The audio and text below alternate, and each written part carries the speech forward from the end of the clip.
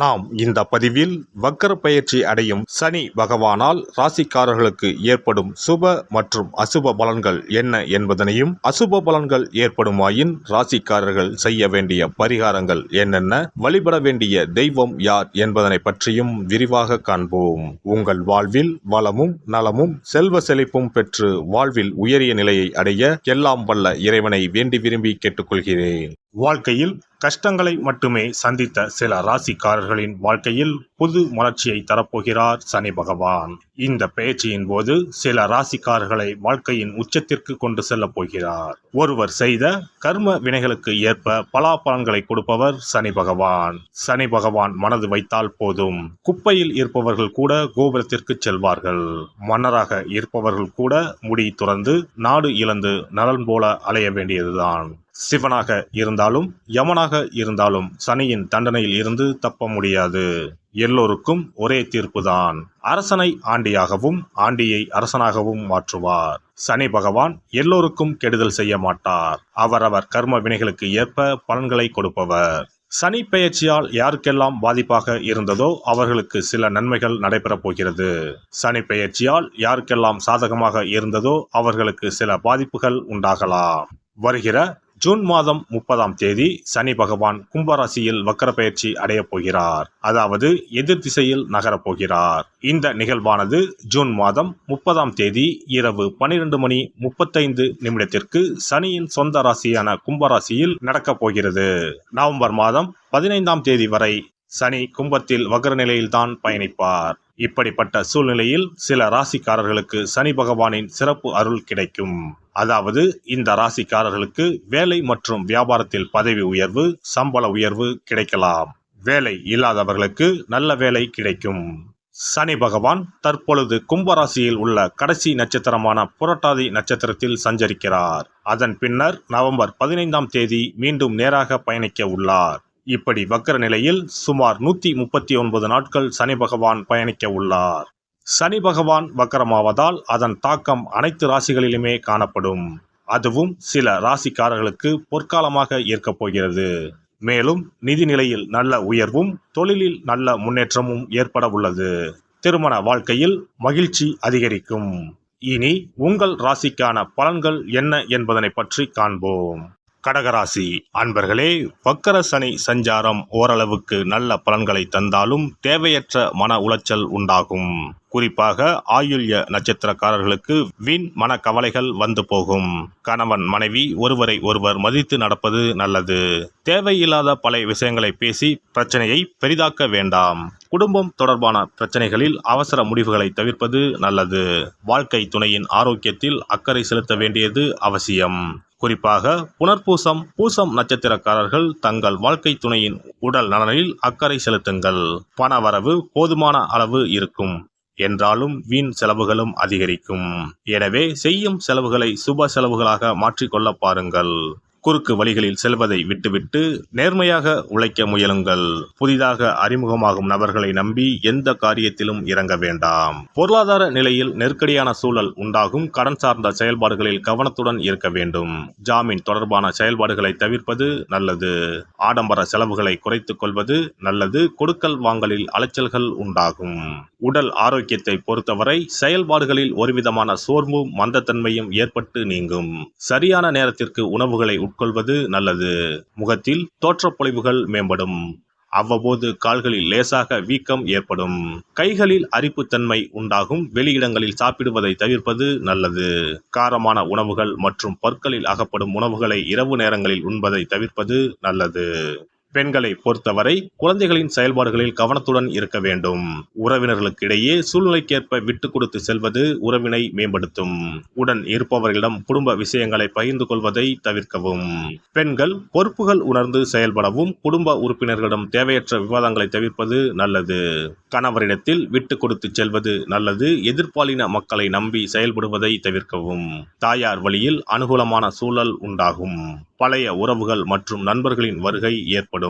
ஆடம்பரமான சிந்தனைகளை குறைத்துக் கொள்வது நல்லது.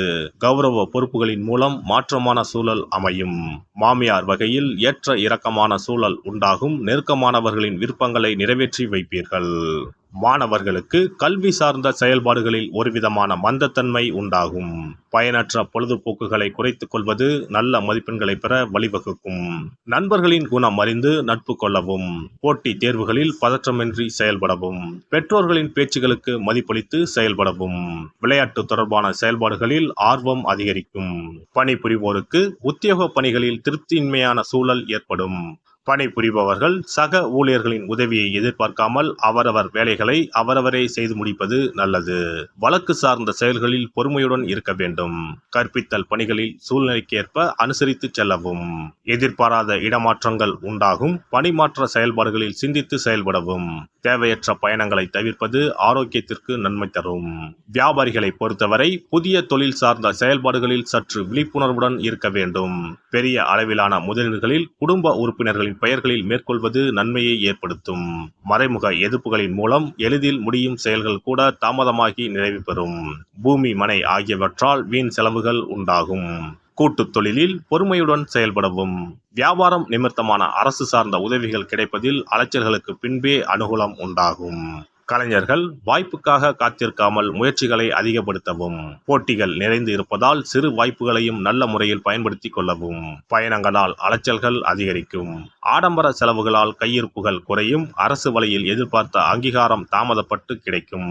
வெளிநாட்டு பயணங்களால் அலைச்சல்கள் ஏற்பட்டாலும் சாதகமான பலன்கள் உண்டாகும்.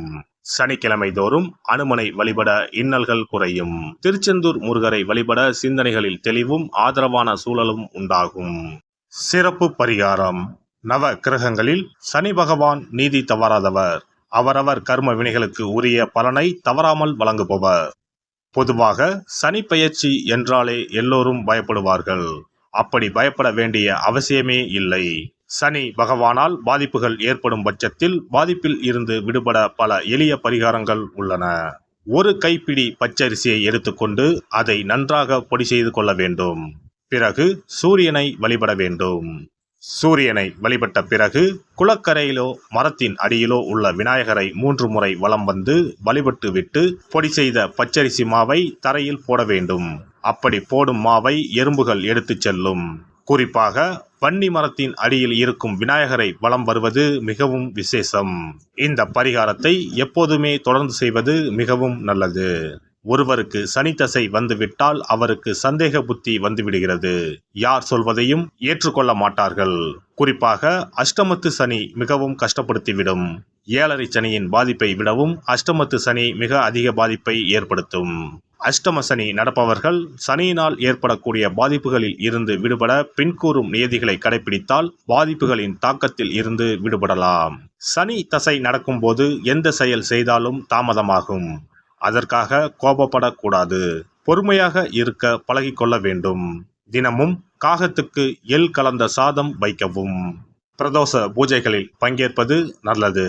சனிக்கிழமை தோறும் சனி பகவானுக்கு இரும்பு அகல் விளக்கில் நல்லெண்ணெயில் தீபம் ஏற்றி வழிபடவும். கருங்குவளை மலர்களால் சனி பகவானுக்கு அர்ச்சனை செய்து வரலாம். வன்னி மர இலைகளை மாலைகளாக தொடுத்து சிவபெருமானுக்கு சனிக்கிழமை தோறும் சாற்றி வணங்கி வழிபடவும். சனிக்கிழமை அன்று அசைவ உணவு கண்டிப்பாக சாப்பிடக்கூடாது. சனிக்கிழமை தோறும் நல்லெண்ணெய் குளியல் செய்தால் கெடுதல் குறையும். விநாயகர் வழிபாடு செய்யலாம். அனுமன் வழிபாடு சனி பகவானின் தொல்லைகளை குறைக்கும். ஞாயிற்றுக்கிழமை மாலை ராகு கால வேளையில் கால பைரவரை வணங்கி வரலாம். தேய்பிறை அஷ்டமி நாளில் கால பைரவரை வணங்கி வருவது நன்மை தரும். ஏழை மாணவர்களின் படிப்பு செலவுக்கு உதவலாம். சனி பிரதோஷ வழிபாடு செய்வது சிறப்பு. அன்னதானத்துக்கு உதவி செய்யலாம்.